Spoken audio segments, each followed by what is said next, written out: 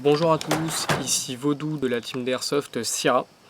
Aujourd'hui je vais faire une review de ma réplique principale, qui est la CM16 de chez GNG. Avant de commencer, je tiens à vous dire que cette réplique a été achetée d'occasion à une personne qui a joué 1 an et demi avec, et moi-même j'ai joué 1 an et demi avec, donc je n'ai jamais eu aucun problème avec cette réplique et elle marche toujours du tonnerre. Pour commencer, je vais vous parler des caractéristiques de la réplique.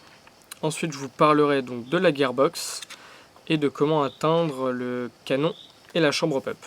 Et enfin, pour finir, on aura des tests de tir. Donc pour commencer, cette réplique à vide, enfin sans les accessoires, fait 2 kg 100 environ. Elle a une longueur de 776 mm. La longueur du canon interne est de 357 mm. Donc cette réplique est une AEG fabriquée par GNG. Donc elle a la sécurité, le semi et le full auto. Et elle est faite à base de métal, fibre de nylon et aluminium. Et elle est non blowback. Donc pour commencer, je vais partir de la crosse.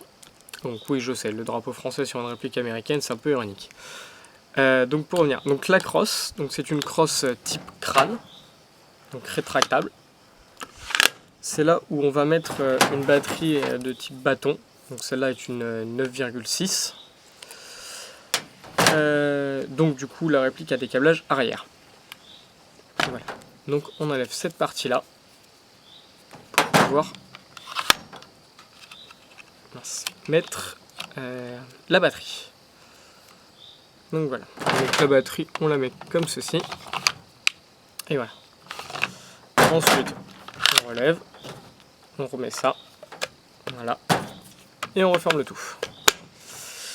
Il me semble que la crosse est en fibre de nylon, donc elle est plutôt résistante. Donc comme je vous dis, ça fait apparemment 3 ans qu'elle sert et toujours aucun problème. Le tube de crosse est en aluminium, le corps est en métal. Donc sur le corps, on peut voir des marquages. Donc marquage au niveau du secteur de tir qui d'ailleurs n'est pas ambidextre. Donc le secteur de tir est de l'autre côté. Mais on a quand même les marquages. Ici, vous pouvez voir les marquages GNG. De l'autre côté, voilà. Donc nous avons le secteur de tir, toujours avec les mêmes marquages. Ici, nous pouvons voir le signe GNG. Là, il y a écrit 6 pellets AEG, donc c'est le diamètre des billes. Là il y a écrit semi-auto système, et là il me semble que c'est un numéro de série, bon ça je ne suis pas sûr. Et là il y a écrit Made in Taiwan GNG. Donc voilà pour les marquages, c'est plutôt sympathique, moi j'aime beaucoup. Donc sur cette réplique nous avons un rail RIS, donc avec des marquages aussi. Donc nous avons, excusez-moi, le GNG encore ici, donc des petits marquages, donc plutôt bien, ça tient bien. Rien à redire. Alors là, vous pouvez voir que normalement il y avait la mire avant. Le problème c'est qu'on ne peut pas la retirer sans retirer le canon. Du coup, vu que moi je trouvais que ça me gênait avec ma holographique, j'ai décidé de le couper et mettre ces petites mires au cas où. Voilà. Donc ça après, c'est moi qui ai voulu faire ça comme ça. J'aime beaucoup, vous faites comme vous voulez. Donc voilà, le cache-flamme, le canon, en métal. Pour revenir, nous avons ici la chambre pop. Donc le levier d'armement est factice, donc il ne sert pas à ouvrir la chambre pop comme dans beaucoup. Ce qui est plutôt pas mal, car dans beaucoup le système casse et on retrouve avec la chambre d'éjection là, comme ça. Donc moi je trouve ça pas très beau. Donc là voilà, c'est juste avec un ressort, il suffit de l'ouvrir comme ça. Donc bon, faut avoir un peu d'ongle par contre pour l'ouvrir. Voilà, donc on peut voir ici un bout de la gearbox, le cylindre, et là on atteint la chambre pop. Donc voilà, on règle comme ça. Donc c'est une molette pour régler bien sûr. Ok, maintenant je vais vous montrer comment l'ouvrir. Donc pour l'ouvrir en deux, nous avons ici une goupille. Il suffit de retirer cette goupille. Donc pour ça vous prenez une petite clé à laine, un petit marteau, et voilà, ça s'ouvre. Attends, hop.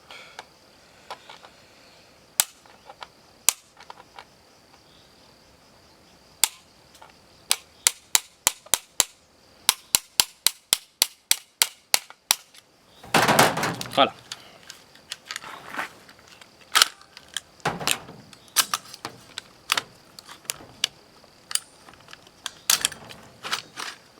Voilà. Ce que j'adore beaucoup avec cette réplique, c'est que la goupille là ne se retire pas complètement. Du coup, on ne la perd pas. Donc ça, c'est plutôt pas mal. Donc, vous voyez le bloc, n'importe quoi, la gearbox. Donc, on voit bien que c'est une GNG. Il y a les marquages juste ici. Dans cette gearbox, tout est d'origine, à part le ressort. J'ai mis un ressort M100 pour avoir un peu plus de puissance. Mais avec ce ressort, je tourne à 290 fps en 0.25 et à 330 environ en 0.20. Donc mesuré qu'un chronie à la Wheel Trigger d'ailleurs. Donc voilà. Donc si vous voulez que je vous montre comment accéder à la gearbox et le démontage de la gearbox, il suffit de me le demander dans les commentaires et je referai une vidéo pour vous montrer tout ça. Donc voilà, donc maintenant le upper parti du dessus.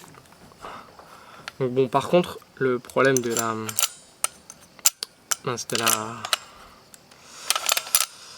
bon bref, j'ai oublié, j'ai un petit trou de mémoire, excusez-moi. Bon, le petit problème de cette pièce, j'ai un trou de mémoire, c'est que le ressort a tendance à se détendre. Du coup, j'ai dû le tourner un peu pour le raccourcir un peu. Mais ça, c'est pas bien grave du tout. Hop. Voilà, donc là, nous avons la chambre pop, toujours de chez GNG.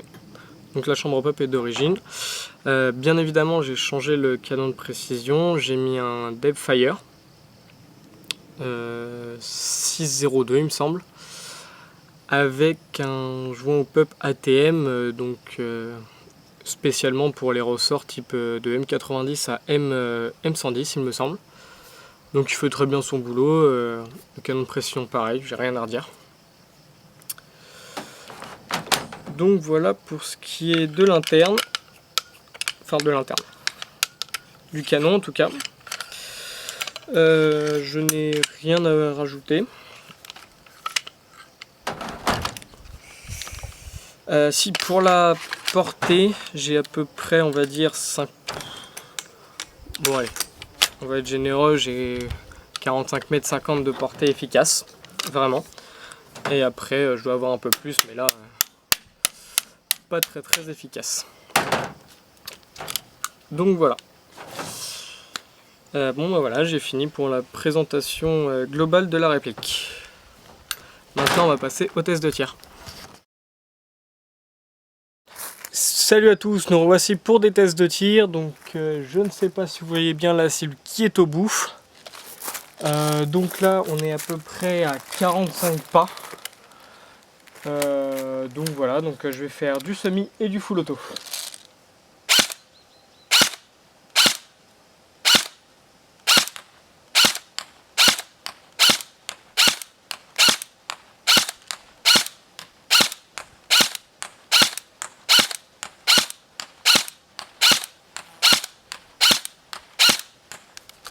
Désolé pour les premiers tirs, j'ai dû ajuster un peu parce qu'il y a du vent.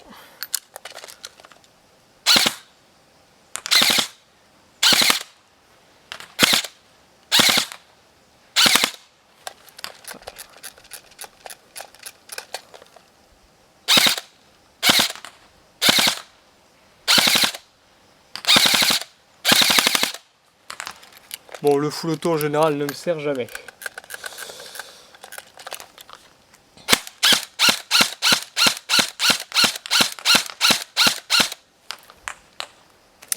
Voilà pour les tests de tir. Normalement, je pense que je peux avoir quand même 50 mètres de portée assez précise. Voilà, donc je n'ai plus rien à dire sur cette réplique. Merci d'avoir regardé.